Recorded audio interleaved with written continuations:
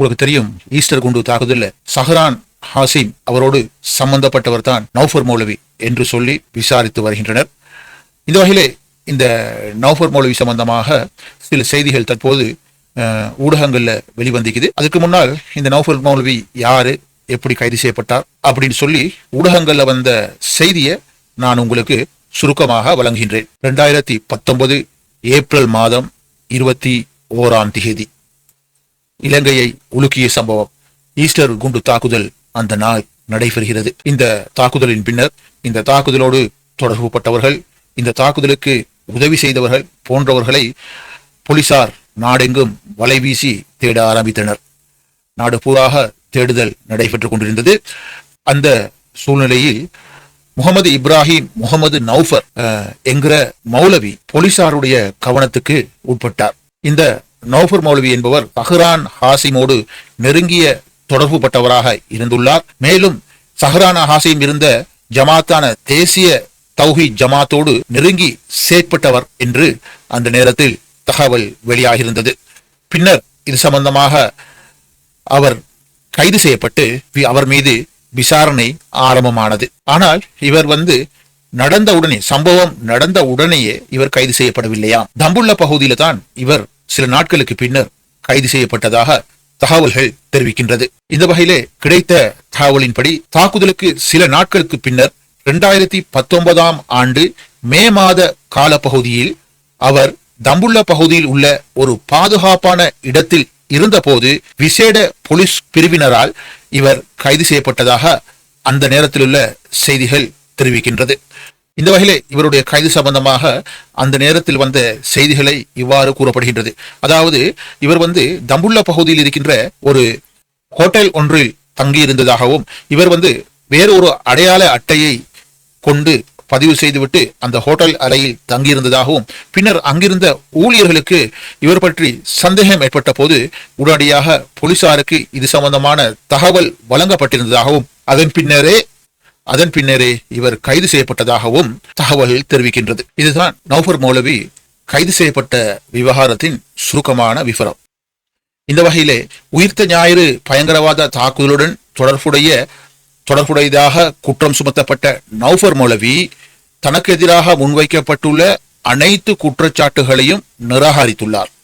அவர் கொழும்பு 3 அடங்கிய மேல் நீதிமன்ற நீதிபதிகள் முன்னிலையில் சுமார் 2 மணி நேரம் தனது தரப்பு வாக்கு மூலத்தை வழங்கியுள்ளார். அதைத்தான் இப்போது நாங்க உங்களுக்கு அவர் பேசுற மாதிரி, அதாவது நீதிமன்ற விஷயம் என்பதால் அதை ஒரு மிக கவனமாக உங்களுக்கு தருகிறோம். மாண்புமிகு நீதிபதிகளே, இந்த வழக்கில் எனக்கு எதிராக பல குற்றச்சாட்டுகள் முன்வைக்கப்பட்டுள்ளன.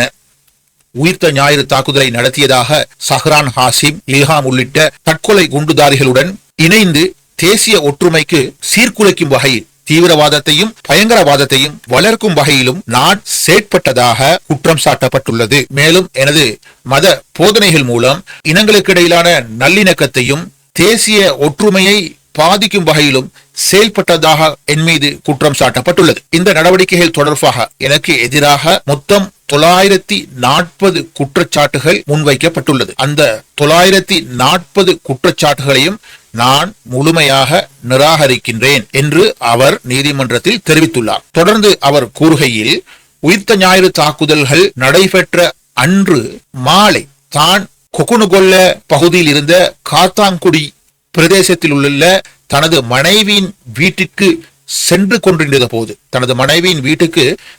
கொண்டிருந்த போது கைது செய்யப்பட்டதாகவும் குற்றப்புலனாய்வு திணைக்களத்தின் பயங்கரவாத விசாரணை பிரிவிடம் ஒப்படைக்கப்பட்டதாகவும் தெரிவித்துள்ளார்.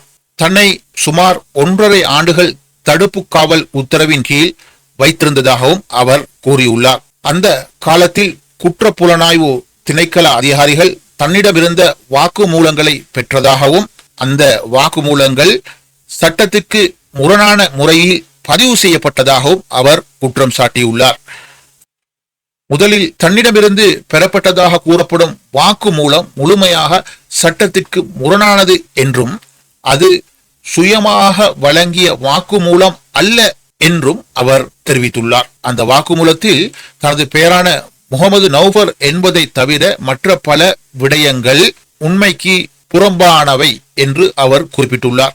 அந்த வாக்குமூலத்தை பதிவு செய்ததாக கூறப்பட்ட விஜித பெரேரா என்ற அதிகாரியை தான் அறிந்திருக்கவில்லை என்றும் அவர் தெரிவித்துள்ளார். மேலும் ISIS அமைப்புக்கு ஆதரவாக தான் சமூக ஊடகங்களில் பதிவுகளை வெளியிட்டதாகவும் குற்றம் சாட்டப்பட்டிருந்தாலும் அந்த குற்றச்சாட்டை தான் முழுமையாக நிராகரிப்பதாகவும் அவர் கூறியுள்ளார். நான் எந்த சந்தர்ப்பத்திலும் அந்த அமைப்புக்கு ஆதரவாக செயல்பட்டதில்லை. முஸ்லிம்கள் அந்த அமைப்புடன் தொடர்பு கொள்ளக்கூடாது என்று எனது மத பிரசாரங்களில் கூட நான் கூறியுள்ளேன் என்று அவர் தெரிவித்துள்ளார். 2005 மற்றும் 2006 ஆண்டுகளில் சஹ்ரான் ஹாசிம் தாருல் அர் குறிப்பிடப்படும் அமைப்பில் செயற்பட்டதாகவும் பின்னர் அந்த அமைப்பிலிருந்து விலகி நேஷனல் தௌஹீத் ஜமாத் என்ற அமைப்பை உருவாக்கியதாகவும் நௌஃபர் மௌலவி தெரிவித்துள்ளார். தான் அந்த அமைப்புக்கு எதிராகவே இருந்ததாகவும் பின்னர் கட்டார் நாட்டிற்கு சென்றதாகவும் அவர் கூறியுள்ளார். கட்டாரில் இருந்த காலத்தில் அந்த அமைப்பின் நடவடிக்கைகளை தான் கவனித்து வந்ததாகவும் அவர் தெரிவித்துள்ளார். 2015 மற்றும் 2016 ஆண்டுகளில் முஸ்லிம் மக்களுக்கு எதிராக பல்வேறு தீவிரவாத நடவடிக்கைகள் இடம்பெற்றதாகவும் அவர் மீண்டும் நீதிமன்றத்தில் தெரிவிக்கின்றார். முஸ்லிம் சொத்துக்கள் தாக்கப்பட்டதாகவும் பள்ளிவாசல் சேதப்படுத்தப்பட்டதாகவும் குர்ஆன் பிரதிகள் எரிக்கப்பட்டதாகவும் முஸ்லிம்களின் வீடுகளுக்குள் பன்றி இறைச்சி வீசப்பட்டதாகவும் அவர் கூறியுள்ளார். இந்த சம்பவங்களின் பின்னணியை தான் ஆராய்ந்த போது அரசியல் ஆதரவு பெற்ற தீவிரவாத குழுக்கள் இதற்கு பின்னால் இருக்கலாம் என்று கருதியதாகவும் அவர் தெரிவித்துள்ளார். முஸ்லிம் மக்களிடம் இது தொடர்பாக விழிப்புணர்வை ஏற்படுத்த வேண்டும் என்று தான் எண்ணியதாகவும் அவர் கூறியுள்ளார். மேலும் 2007 ஆண்டு முதல் 2017 ஆண்டு வரையிலான காலப்பகுதியில் ஷஹ்ரான் ஹாசிமுடன் தனக்கு எந்த தொடர்பும் இருக்கவில்லை என்றும் தெரிவித்துள்ளார். ஆனால் ஷஹ்ரான் தனது உறவுக்கார பெண் ஒருவரை திருமணம் செய்திருந்ததால் ஷஹ்ரானை தனக்கு தெரியும் என்றும் அவர் கூறியுள்ளார். எனினும் உயிர்த்த ஞாயிறு தாக்குதலுடன் தனக்கு எந்தவிதமான தொடர்பும் இல்லை என்று அவர் திட்டவட்டமாக தெரிவித்துள்ளார். இந்த வழக்கில் ஒருவர் சாட்சியம் வழங்கியதாகவும் கண்டி மற்றும் அம்பாறை பகுதிகளில் நடைபெற்ற மத பிரசங்கங்களில் தான் ஆயுத போராட்டம் நடத்த வேண்டும் என்றும் ஜிஹாத் குறித்து தான் போதித்ததாகவும் அந்த சாட்சி கூறியதாக நௌஃபர் மௌலவி தெரிவித்துள்ளார்.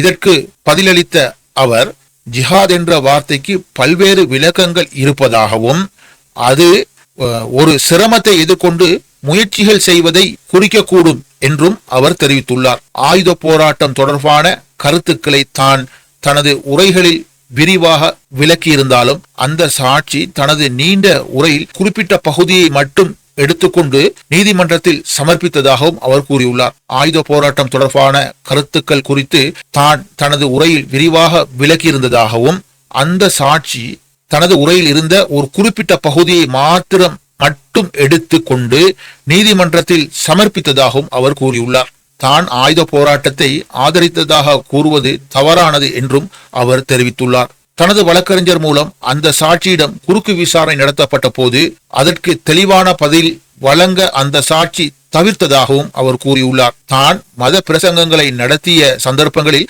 IS அமைப்பின் கொடியை காட்சிப்படுத்தியதாகவோ அல்லது அந்த அமைப்புக்கு ஆதரவளித்ததாகவோ எந்த நடவடிக்கையும் இடம்பெறவில்லை என்று அவர் தெரிவித்துள்ளார். தொடர்ந்து நீதிமன்றத்தில் தனது தரப்பு வாதத்தை முன்வைத்த நௌஃபர் மௌலவி சஹ்ரான் ஹாசிம், ரில்வான் உள்ளிட்ட தற்கொலை குண்டுதாரிகளுடன் இணைந்து நான் உயிர்த்த ஞாயிறு தாக்குதலுக்கு திட்டமிட்டதாகவும் சதி செய்ததாகவும் கூறப்படுகிறது. ஆனால் அதற்கு ஆதரவான எந்த ஒரு நேரடி அல்லது நம்பகமான ஆதாரமும் இதுவரை நீதிமன்றத்தில் முன்வைக்கப்படவில்லை. நான் கைது செய்யப்பட்ட போது எனது தொலைபேசி பரிசோதிக்கப்பட்டது. போலீசார் அது தொடர்பாக விசாரணை நடத்தினர். ஆனால் அதிலிருந்து எனக்கு எதிராக எந்த ஆதாரமும் நீதிமன்றத்தில் முன்வைக்கப்படவில்லை. மேலும் ஷஹ்ரான் ஹாசிம் தனக்கு துப்பாக்கி 9 மில்லிமீட்டர் வகை துப்பாக்கி ஒன்றை வழங்கியதாக போலீசார் தெரிவித்திருந்தனர். அதற்கும் எந்த ஆதாரமும் நீதிமன்றத்தில் முன்வைக்கப்படவில்லை. உயிர்த்த ஞாயிறு தாக்குதல் நடத்தியதாக கூறப்பட்ட சஹ்ரான், ரில்வான், இல்ஹாம் உள்ளிட்ட தற்கொலை குண்டுதாரிகளுடன் நான் தொடர்பு வைத்திருந்தேன் என்பதற்கும் இதுவரை எந்த ஆதாரமும் சமர்ப்பிக்கப்படவில்லை என்று தெரிவித்துள்ளார். எனவே எனக்கு எதிராக முன்வைக்கப்பட்டுள்ள அனைத்து குற்றச்சாட்டுகளிலிருந்தும் என்னை விடுவித்து விடுதலை செய்யுமாறு நீதிமன்றத்திடம் கேட்கின்றேன் என்று நௌஃபர் மௌலவி நீதிமன்றத்தில் தெரிவித்த விடயம் சிங்கள ஊடகம் ஒன்றில் வெளிவந்திருந்தது. அதைத்தான் நான் உங்களுக்கு தமிழில் குறிப்பிட்டேன்.